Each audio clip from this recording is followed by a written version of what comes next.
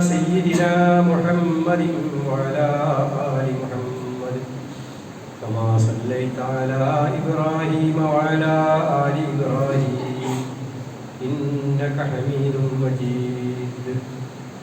أيها الناس اتقوا الله حق تقاته ولا تموتن إلا وأنتم مسلمون. أعوذ بالله من الشيطان الرجيم. بسم الله الرحمن الرحيم.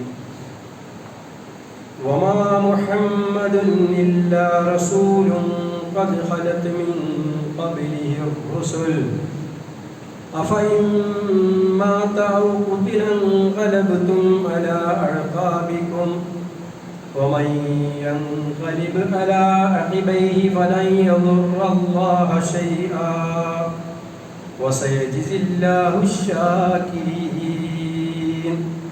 صدق الله العلي العظيم وبلغ رسوله الأمين ونحن على ذلك من الشاهدين. أما بعد فإن خير الحديث كتاب الله وخير الهدي هدي محمد صلى الله عليه وسلم وشر الأمور محدثاتها وكل بدعة ضلالة وكل ضلالة في النار.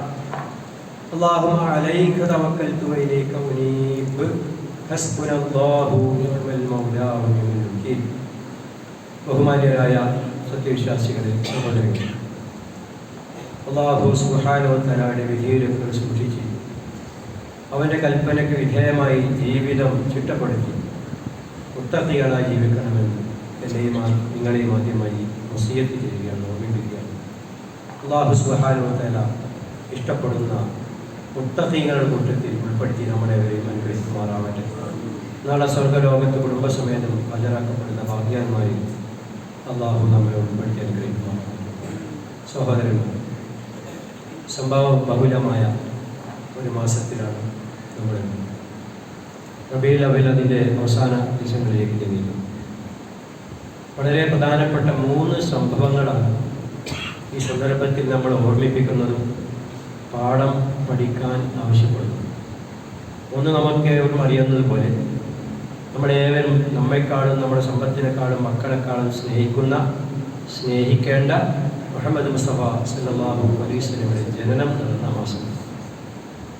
മറ്റൊന്ന്, ഇസ്ലാമിൻ്റെ വളർച്ച മക്കയിൽ മുരടിച്ചപ്പോൾ അല്ലാഹുവിൻ്റെ കൽപ്പന പ്രകാരം റസൂലും സഹാബത്തും മക്കയിൽ നിന്ന് മദീനയിലേക്ക് ഇസ്ലാമിനെ പറിച്ചു നട്ട പലായനത്തിൻ്റെ ഹിജ്റയുടെ സ്മരണകൾ.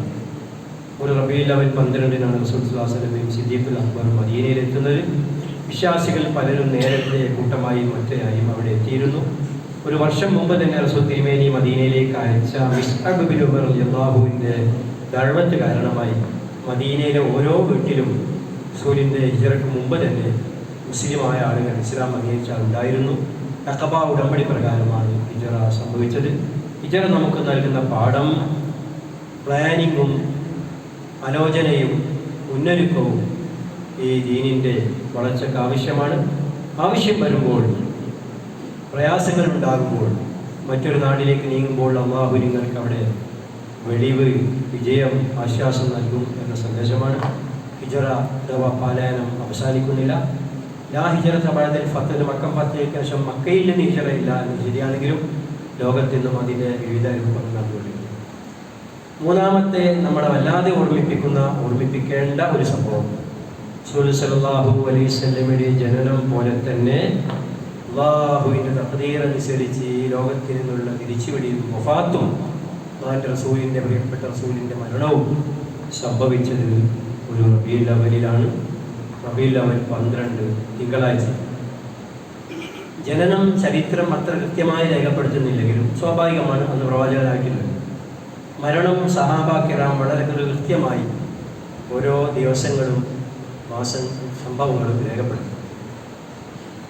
ഇത് നാം സ്മരിക്കുന്നത് ജനനത്തെക്കാളും ഹിജ്റയേക്കാളും സ്മരിക്കേണ്ടത് മരണമാണ് എന്നാണ് നമുക്ക് ചരിത്രം പഠിപ്പിച്ചത്. അല്ലാഹുവിൻ്റെ റസൂൽ തന്നെ പറഞ്ഞു, ഹാദിമുല്ലദ്ദാത്ത്, എല്ലാ സുഖങ്ങളെയും മുറിച്ചിലാണ് മരണത്തെപ്പറ്റി ഇങ്ങനെ ഇടയ്ക്കിടയ്ക്ക് പറയണം, ഓർക്കണം. അക്സിറൂ ദിക്റ ഹാദിമുല്ലദ്ദാത്ത്, ആ ഓർമ്മ വർദ്ധിപ്പിച്ചുകൊണ്ടിരിക്കണം. സലഫുസ്സാലിഹീങ്ങൾ അവരെ മനസ്സിന് വല്ലാതെ കാഠിന്യമുണ്ടാകുമ്പോഴും അല്ലെങ്കിൽ അവരുടെ ബിസിനസ്സും ദുനിയാവുമായി വല്ലാതെ അടുത്ത് ദീനിൽ വീഴ്ച പറ്റുമോ എന്ന് ഭയപ്പെടുമ്പോൾ കാനൂ യുദക്കിറൂനൽ മൗത, മരണം ഓർമ്മിപ്പിക്കുമായിരുന്നു. മരണം ഓർക്കാൻ വേണ്ടി ഖബറുകൾ സന്ദർശിക്കുകയും മഖ്ബറുകൾ സന്ദർശിക്കുകയും ചെയ്യാറുണ്ടായിരുന്നു. അപ്പം മരണസ്മരണ ഒരു വിശ്വാസിക്ക് തഖ്വ വർദ്ധിപ്പിക്കുവാനും അള്ളാഹുവിനെ ഓർമ്മിപ്പിക്കാനുള്ള ഒരു മാർഗം കൂടിയാണെന്ന് കരുതും.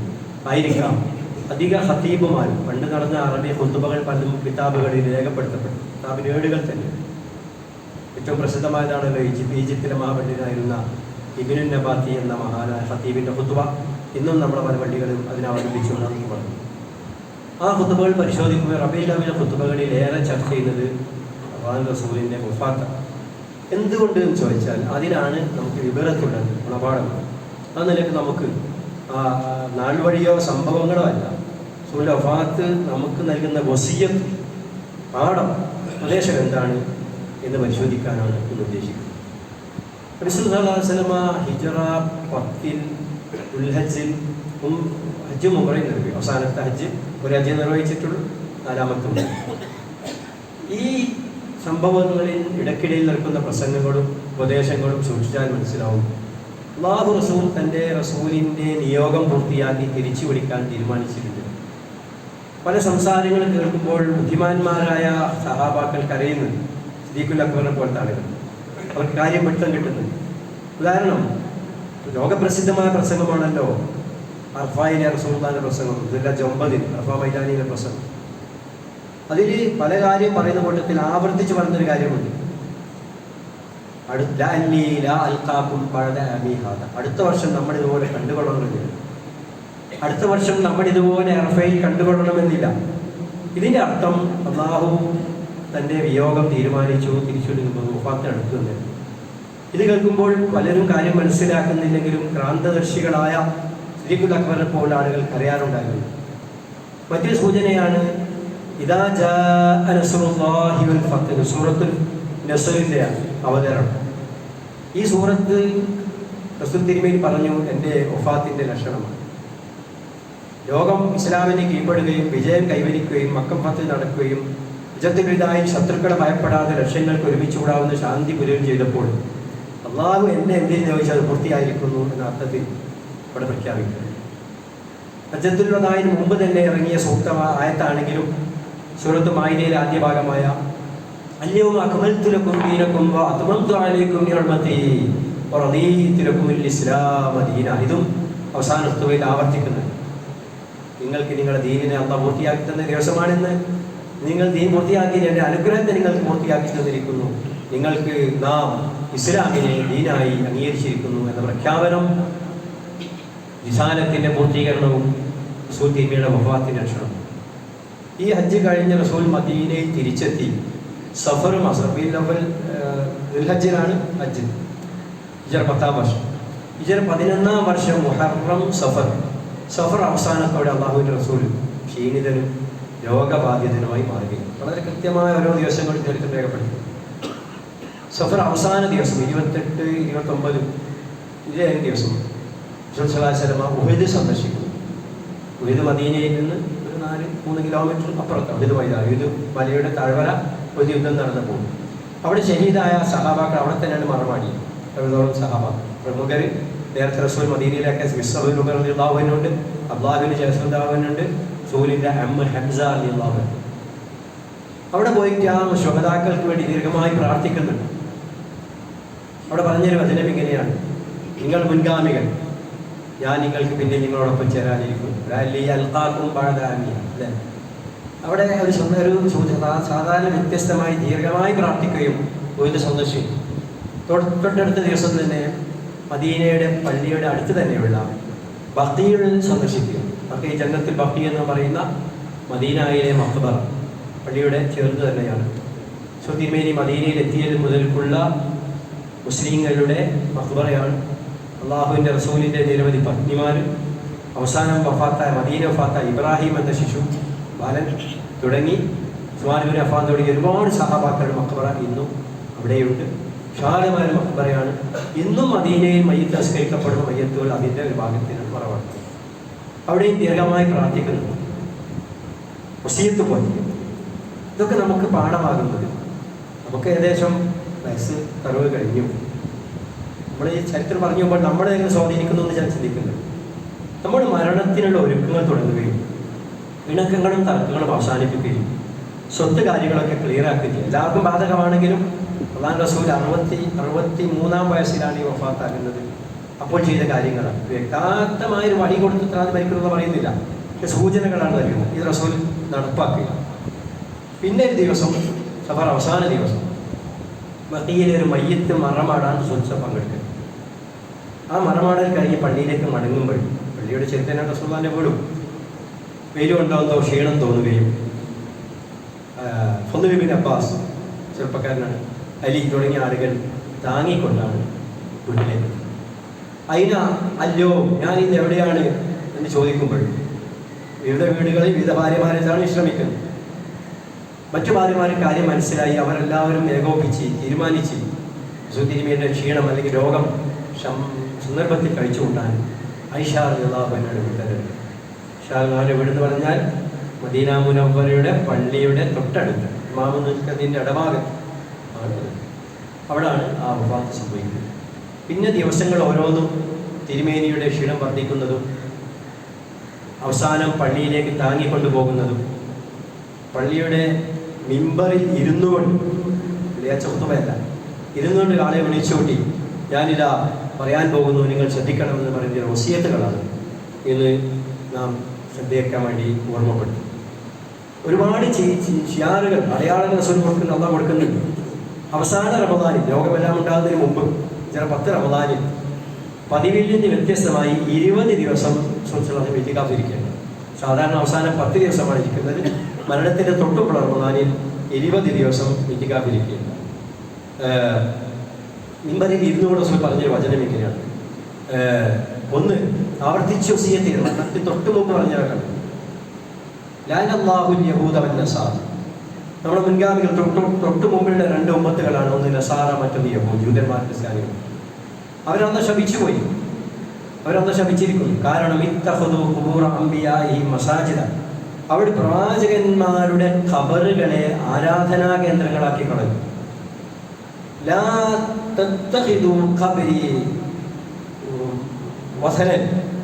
എൻ്റെ ഖബറിനെ നിങ്ങൾ അതുപോലെ വസൻ എന്ന ആരാധിക്കപ്പെട്ട ബിംബത്തിനാണ് വസനെ സലം എന്ന് പറയുന്നത്. എൻ്റെ ഖബറിനെ നിങ്ങൾ ആരാധിക്കാൻ്റെ കേന്ദ്രമാക്കരുത്. നിങ്ങൾ അള്ളാഹുവിനെ ആരാധിക്കുക, എൻ്റെ ഖബറിനെ ആരാധിക്കുക. അപ്പം ഖബർ സിയാറത്ത് സുന്നത്താണ്. ഖബറിലുള്ള ആളോട് സലാം പറയലും അവർക്ക് വേണ്ടി അള്ളാഹുവിനോട് പ്രാർത്ഥിക്കലും സുന്നത്താണ്, തർക്കമില്ല. റസൂൽ തന്നെ പറഞ്ഞു, നിങ്ങൾ ഖബർ സന്ദർശിച്ചോളൂ. അലാ ഫസൂറുഹാ ഫഇന്നഹാ തുദക്കിറുൽ ആഖിറ. അവിടെ ആയിരിക്കണം നമ്മൾ ആ ഭാഗം നമ്മൾ ശ്രദ്ധിക്കാറില്ല. ഖബർ സന്ദർശനം നിങ്ങളെ മരണത്തെ പറ്റി ഓർമ്മിപ്പിക്കും, പരലോകത്തെ പറ്റി ഓർമ്മിപ്പിക്കും. അപ്പം നമ്മുടെ പിതാക്കളുടെ കൂടെ ഖബർ നമ്മൾ ചെയ്യേണ്ടത് അവർക്ക് വേണ്ടി ദുആ ചെയ്യുന്നതോടൊപ്പം ഞാനും നാളെ ഈ പള്ളിപ്പറമ്പില്ലേ ഈ ഖബറിൽ കിടക്കേണ്ടതിനാണെന്ന ചിന്ത ഉണ്ടാവുകയും ജീവിതം വിശുദ്ധമാക്കുകയും ചെയ്യാനാണ് ഇത് സുന്നത്താക്കിയത്. നമ്മൾ നേരെ മറിച്ച് വിശ്വസം തുടങ്ങിയാണ് അത് വർക്കത്തുണ്ടാവണം, എന്നാലും ഖബാപ്പൻ്റെ ഖബർ സന്ദർശനം, അല്ലെങ്കിൽ ഗൾഫിൽ പോവുകയാണ്. അപ്പോൾ നമ്മൾ ദുനിയാവിനെ ഖബർ സന്ദർശിക്കുന്നത്. റസൂൽ പറഞ്ഞ തുദക്കിറുൽ ആഖിറ, പരലോക സ്മരണ ഉണ്ടാക്കുന്നത്. ഇത് റസൂലും മരണത്തുമ്പ് ചെയ്തു.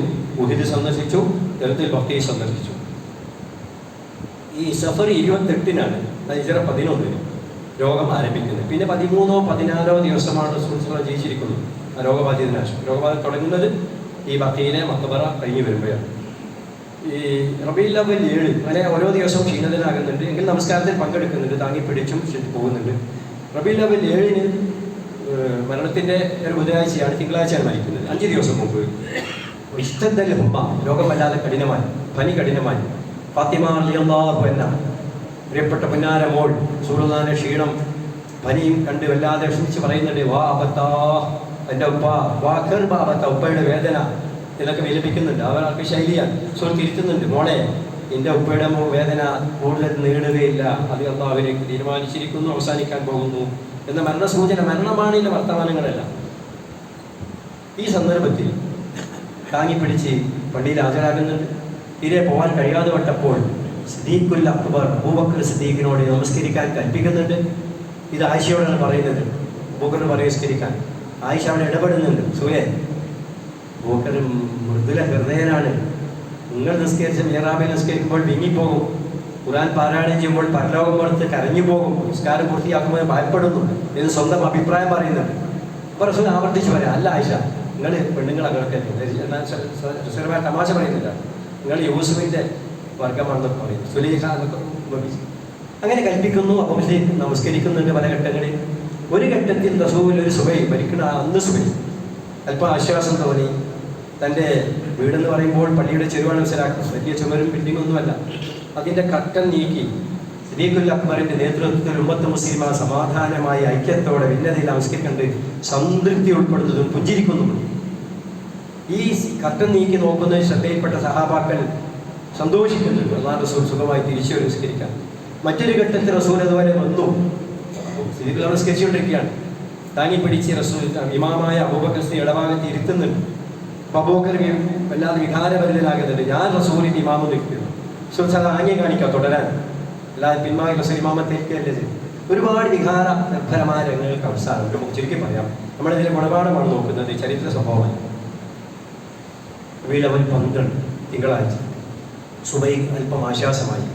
ഇതുപോലെ തന്നെ താൻ കൽപ്പിച്ചതെല്ലാം ഉമ്മത്ത് മുസ്ലിമ കൃത്യമായി നിറവേറ്റുന്ന സംതൃപ്തിയോടെയാണ് അദ്ദേഹം കണ്ടത്. പിന്നീട് സിദ്ദീഖുൽ അക്ബർ റസൂൽ തിരുമേനിയുടെ സന്നിധിയിൽ വന്ന് സമ്മതം ചോദിക്കുന്നത് ഒരു അല്പ ദൂരം പോകേണ്ട ഒരു ആവശ്യമുണ്ട്. രോഗബാധിതനാണെങ്കിലും ആ തെളിവ് കണ്ട് നമ്മളുടെ മരിക്കുന്നൊരു തെളിവ് ഒരു അല്പ ദൂര സ്ഥലത്തേക്ക് പോയ സന്ദർഭത്തിൽ ആ വീട്ടിൽ വെച്ച് അല്ലാഹുവിൻ്റെ റസൂൽ ഇല റഫീഖിൽ അഅല ഉന്നതനായ തൻ്റെ അല്ലാഹുവിലേക്ക് യാത്രയാകുന്ന രംഗമാണ്. അതായത് ദുഹാ സമയത്താണ്, ഏകദേശം ഒരു 10 മണി 9 മണി സമയത്താണ് അല്ലാഹുവിൻ്റെ റസൂൽ വിടവാങ്ങി. സഹാബാക്കളെ സംബന്ധിച്ചിടത്തോളം സഹിക്കുന്നതിനപ്പുറമായിരുന്നു. എല്ലാവരും വിങ്ങിപ്പെട്ടു. നമുക്കറിയാം, തന്നെക്കാളും തൻ്റെ ശരീരത്തെക്കാളും മക്കളെക്കാളും സ്നേഹിച്ച ആ ആത്മീയ നേതൃത്വം, ആ ഭൗതിക ശരീരം ലോകത്തിലുള്ളതാണ്. ചരിത്രം രേഖപ്പെടുത്തുന്നത് മദീന ഏറ്റവും ദുഃഖിച്ച ദിവസം, മദീന കരഞ്ഞ ദിവസം എന്നൊക്കെയാണ്. മദീന ഏറ്റവും സന്തോഷിച്ച ദിവസം ഏതാണ് ചരിത്രം രേഖപ്പെടുത്തുന്നത്? ഹിജറ കഴിഞ്ഞ് സിദ്ദീഖുൽ അക്ബറും റസൂലും മദീനയിൽ എത്തുമ്പോൾ തലയിൽ ബദർ വന്ന ദിവസമാണ് മദീന. മുസ്ലിങ്ങൾ സന്തോഷിച്ച ദിവസമെങ്കിൽ മദീന ഏറ്റവും ദുഃഖിച്ച ദിവസമായിരുന്നു. പലരും നിലപാട് വെട്ടിപ്പോയി, തകർന്നുപോയി, നിയന്ത്രിക്കാൻ കഴിയാതെ വടം വെച്ചു.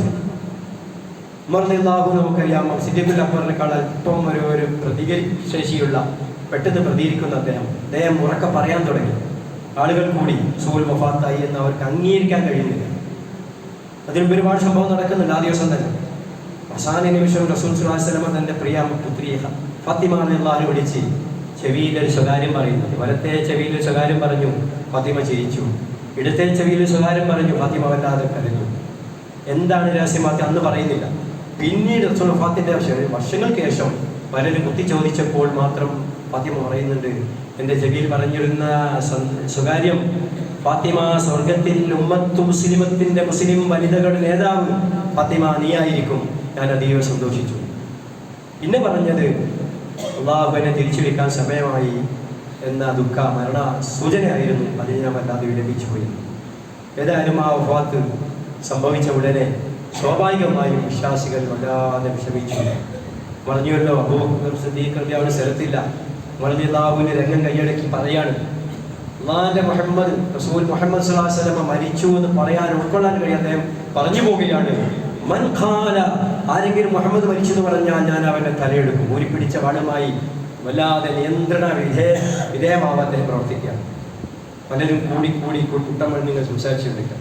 ഈ ഘട്ടത്തിലാണ് പ്രിയ ഖലീഫ, 1ാം ഖലീഫ അബൂബക്കർ സിദ്ദീഖ് റളിയല്ലാഹു അൻഹു മദീനയിൽ എത്തുന്നത്. അദ്ദേഹം പരിസരമതി വീക്ഷിച്ചു, കാര്യം മനസ്സിലാക്കി, അകത്ത് കടന്നു. തൻ്റെ പ്രിയപ്പെട്ടവരിൽ ഉദാഹരണം നീക്കി ആ നെറ്റിച്ചു പിടിച്ചു. പുറത്തു വന്നപ്പോൾ അദ്ദേഹത്തിന് മനസ്സിലായി നിയന്ത്രണം വിട്ട ഒരു സദസ്സ്. അവിടെ വളരെ പക്വതയോടെ തന്മയത്വത്തോടെ സിദ്ദീഖുൽ അക്ബർ ഒരു പ്രസംഗം ചെയ്യുകയാണ്. ഉമറിനെ പൊതിഞ്ഞ ആളുകൾ അബൂബക്കറിനെ കണ്ടപ്പോൾ തൻ്റെ ചുറ്റുകൂടി. അദ്ദേഹം വളരെ ശാന്തമായി പറഞ്ഞൊരു വാക്കുണ്ട്,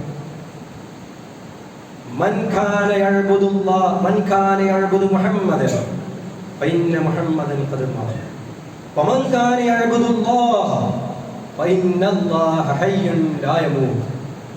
ആരെങ്കിലും മുഹമ്മദ് എന്ന വ്യക്തിയാണ് ഇബാദത്ത് ചെയ്യുന്നതെങ്കിൽ, മുഹമ്മദിനെ ആരാധിക്കുന്നതെങ്കിൽ മുഹമ്മദ് വഫാത്തായിരിക്കും. അവർക്കത് മതിയാക്കാം. ആരെങ്കിലും അള്ളാഹുവിനാണ് ആരാധിക്കുന്നതെങ്കിൽ അള്ളാഹു എന്നെന്നും ജീവിച്ചിരിക്കുന്നവനാണ്, അവന് ആ ഇബാദത്ത് തുടരാം.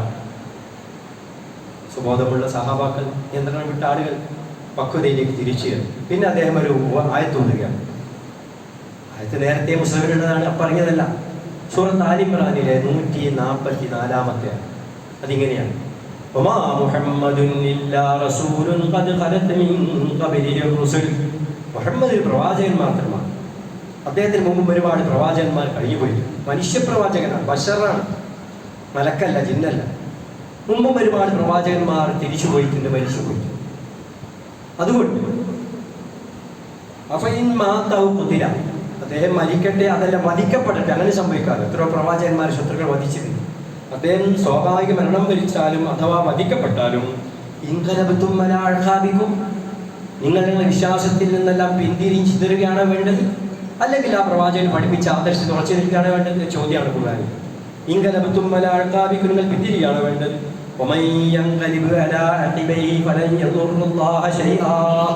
വല്ലവനും റസൂലിന്റെ വഫാത്ത് കാരണം ഈ ദീനിൽ നിന്ന് പിന്തിരിഞ്ഞു പോയാൽ അള്ളാഹുവിനൊന്നും വരാൻ പോകുന്നില്ല. അള്ളാഹുവിന് ഉപദ്രവം എത്താൻ നിങ്ങൾക്ക് കഴിയില്ല. അള്ളാഹുവിനൊട്ടും ഉപദ്രവിക്കാൻ നിങ്ങൾ കഴിയില്ല. അതേസമയം ആ മാർഗത്തിൽ ആർ ഉറച്ചു നിൽക്കുന്നുവോ അവനാണ് വിജയി. ശുക്ർ ചെയ്യുന്നവർക്ക് അള്ളാഹു എമ്പാടും പ്രതിഫലം നൽകും. ഈ ആയത്ത് കൂടി കേട്ടപ്പോൾ അവർ തിരിച്ചു വരുന്നു, യാഥാർത്ഥ്യം അംഗീകരിക്കുന്നു, റസൂലിന്റെ മയ്യിത്ത് നമസ്കാരം നടുവിൽ തുടങ്ങുന്നു. 3 ദിവസം കൊണ്ടാണ് റസൂലുള്ളാഹി സ്വല്ലല്ലാഹു അലൈഹി വസല്ലം ദഫൻ മർമാടൻ പൂർത്തിയാകുന്നത്. ഓരോ സംഘങ്ങൾ ദൂരെ ദിക്കിൽ വരുന്നു, മയ്യിത്ത് നമസ്കരിക്കുന്നു. പല ഘട്ടങ്ങളിലായിട്ടാണ് മയ്യിത്ത് നമസ്കാരം നടക്കുന്നത്. അതിനിടയിൽ ഒരു പ്രധാന കാര്യം നടക്കുന്നത്, ഒരു പിൻഗാമി വേണ്ടേ നേതൃത്വത്തിന്. അപ്പം ഇസ്ലാമിക സമൂഹത്തിൽ റസൂലുള്ളാഹിയുടെ വഫാത്തിന് ശേഷം ആരായിരിക്കണം നേതാവ്?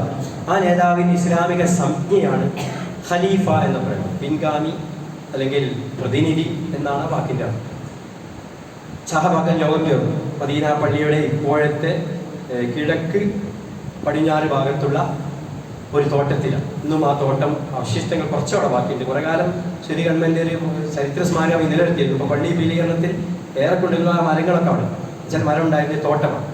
ഹദീഖത്ത് ബനീ സായിദ ഗോത്രക്കാരുടെ, ബനൂ സായിദ ഗോത്രക്കാരുടെ തോട്ടമാണ്. അടുത്ത കാലം വരെ, നമ്മളൊക്കെ പോണ കാലം വരെ കാണാറുണ്ട്. അവിടെ വെച്ചാണ് ഈ യോഗം ചെയ്യുന്നത്. അതിന് മുഷാവറയാണ്, ഇസ്ലാമിക തീരുമാനം മുഷാവറയാണ്. ജനാധിപത്യത്തിന്റെ മറ്റൊരു രൂപം, അല്ലാതെ ഏകാധിപത്യമോ എൻ്റെ മക്കളാക്കണം പറയാം. അള്ളാഹ് മക്കളെ കൊടുത്തിട്ടില്ല, ഇതൊക്കെ അള്ളാഹുവിന്റെ തീരുമാനമാണ്. വമാ മുഹമ്മദിൻ അബാ അഹദിൻ മിൻ റിജാലിക്കും, നിങ്ങൾ പുരുഷന്റെ പിതാവല്ല എന്ന് ഖുർആൻ വെറുതെ പറഞ്ഞതല്ല. എന്നാൽ അബൂബക്കർ സിദ്ദീഖ് ഖലീഫ ആക്കണോ ഉമർ ആക്കണോ പറഞ്ഞിട്ടില്ല, സൂചനകളില്ല. അങ്ങനെ സഹാബാക്കൾ ചർച്ച ചെയ്യുന്നു, തുടർന്ന് അഭിപ്രായം പറയുന്നുണ്ട്, വിയോജിപ്പൊക്കെ ഉണ്ട്.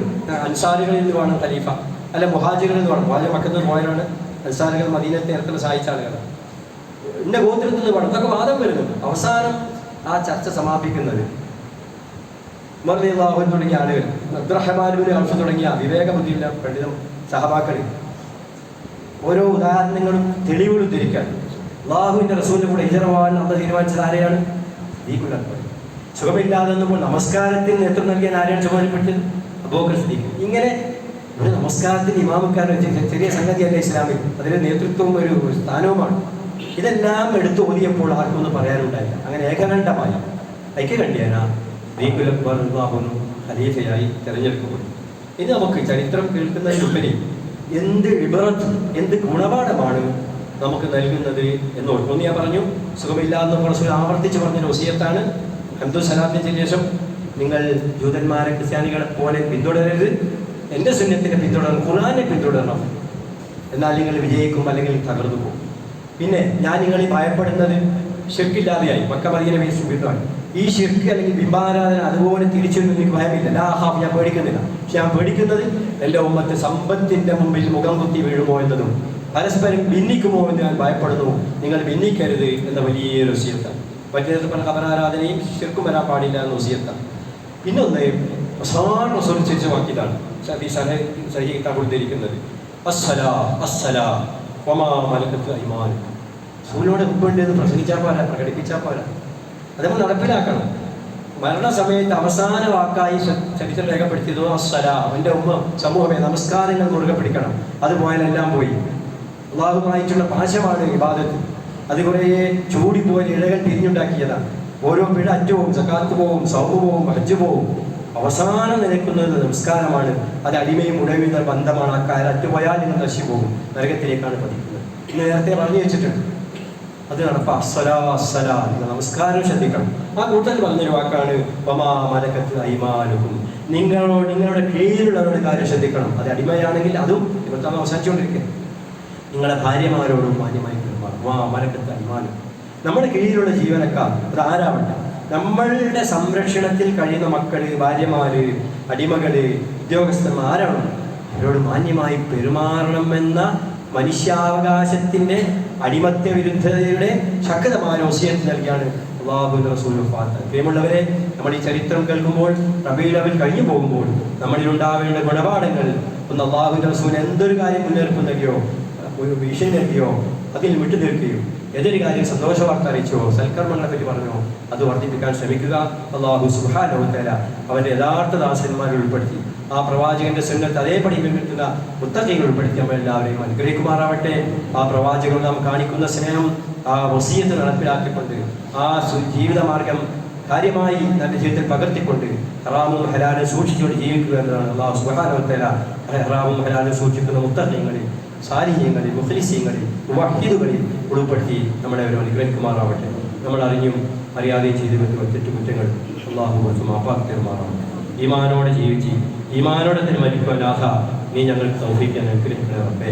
ഞങ്ങളുടെ പല സഹോദരങ്ങൾ രോഗികളാണ് നാഥ, നിന്റെ അഫവ് കൊണ്ട്, നിന്റെ കാരുണ്യം കൊണ്ട് അവർക്കും ഞങ്ങൾക്കും ശിഫ നൽകാൻ അനുഗ്രഹിക്കണേ റബ്ബേ.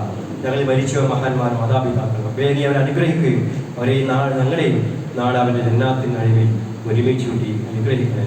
അല്ലാഹു സ്വീകരിക്കുമാറാവട്ടെ. യാ അയ്യുഹല്ലദീന ആമനൂ തഖുല്ലാഹ വഖൂലൂ ഖൗലൻ സദീദാ യുസ്ലിഹ് ലക്കും അഅമാലക്കും വയഗ്ഫിർ ലക്കും ദുനൂബക്കും വമൻ യുതിഇല്ലാഹ വറസൂലഹു ഫഖദ് ഫാസ ഫൗസൻ അദീമാ.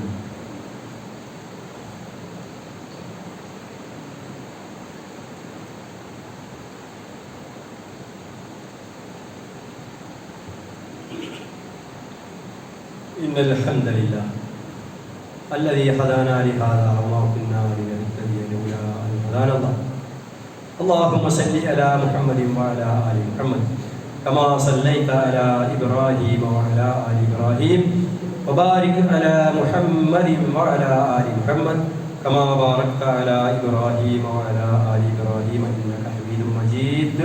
عباد الله، أوصيكم وإياي ثانيا بتقوى الله.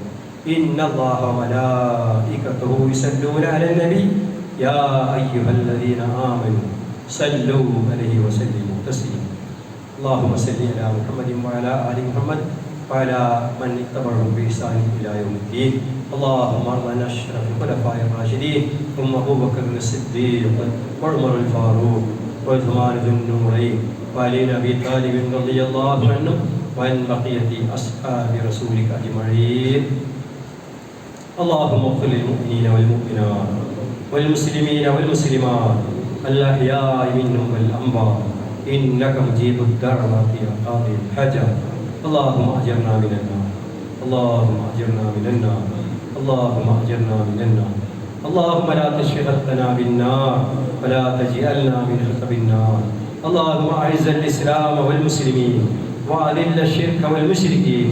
اللهم انصر إخواننا المستضعفين في كل مكان. اللهم انصر إخواننا المستضعفين في فلسطين. اللهم انصر إخواننا المستضعفين في لبنان وفي جميع أنحاء العالم يا رب العالمين. اللهم أعز الإسلام والمسلمين وأذل الشرك والمشركين. اللهم دمر أعداءك وأعداء الدين. اللهم إنا نسألك علما نافعا ورزقا واسعا وشفاء من كل داء. اللهم اشف أمراضنا أمراض من أوصانا بالدعاء يا رب العالمين. ربنا هب لنا من أزواجنا وذرياتنا قرة أعين واجعلنا للمتقين إماما. ربنا آتنا في الدنيا حسنة وفي الآخرة حسنة وقنا عذاب النار. وذكر الله أكبر. أقم الصلاة إن الصلاة تنهى عن الفحشاء والمنكر